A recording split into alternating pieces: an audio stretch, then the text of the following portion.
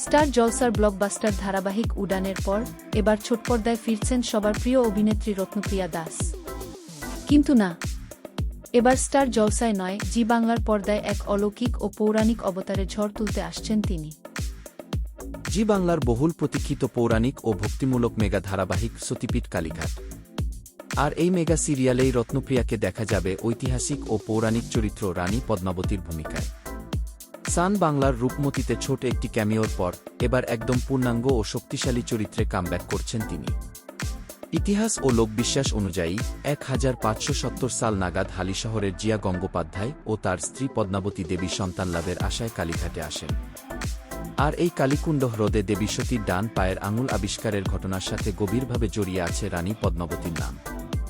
পর্দায় সেই রহস্য ও অলৌকিক ইতিহাসকেই এবার জীবন্ত করে তুলবেন রত্নপ্রিয়া।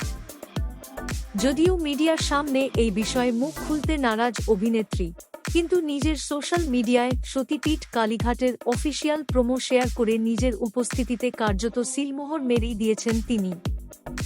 কবে থেকে দেখতে পাবেন এই মেগা সায়েন্স ডিভাইন ড্রামা? আগামী 24 আগস্ট থেকে প্রতিদিন রাত 9:30টায় জি বাংলার পর্দায় শুরু হচ্ছে সতীপীঠ কালীঘাট। আর এই নতুন সময়ের কারণে বদলাতে চলেছে কোণে দেখা আলো ধারাবাহিকের স্লট, এমনকি এটি শেষ হওয়ার জল্পনাও তুঙ্গে। সুব্রত রায়ের প্রযোজনায় তৈরি এই ধারাবাহিকে সাধক ব্রহ্মানন্দের চরিত্রে দেখা যাবে বর্ষিয়ান অভিনেতা অরিন্দম গঙ্গোপাধ্যায়কে, ডাকাত সর্দারের চরিত্রে দেবাশিস মণ্ডল এবং মুখ্য চরিত্রে শিশুশিল্পী মোহনিয়া পাল। কালীঘাটের মহিমা ও অলৌকিক ইতিহাস দেখতে আপনারা কতটা এক্সাইটেড? আর রত্নপ্রিয়াকে এই নতুন অবতারে দেখতে কেমন লাগবে? কমেন্ট করে জানান এখনই। ভিডিওটি ভালো লাগলে লাইক, শেয়ার এবং সাবস্ক্রাইব করতে ভুলবেন না। বাংলা টেলিভিশনের তারকাদের এমন আরও অজানা গল্প পেতে আমাদের সঙ্গে থাকুন।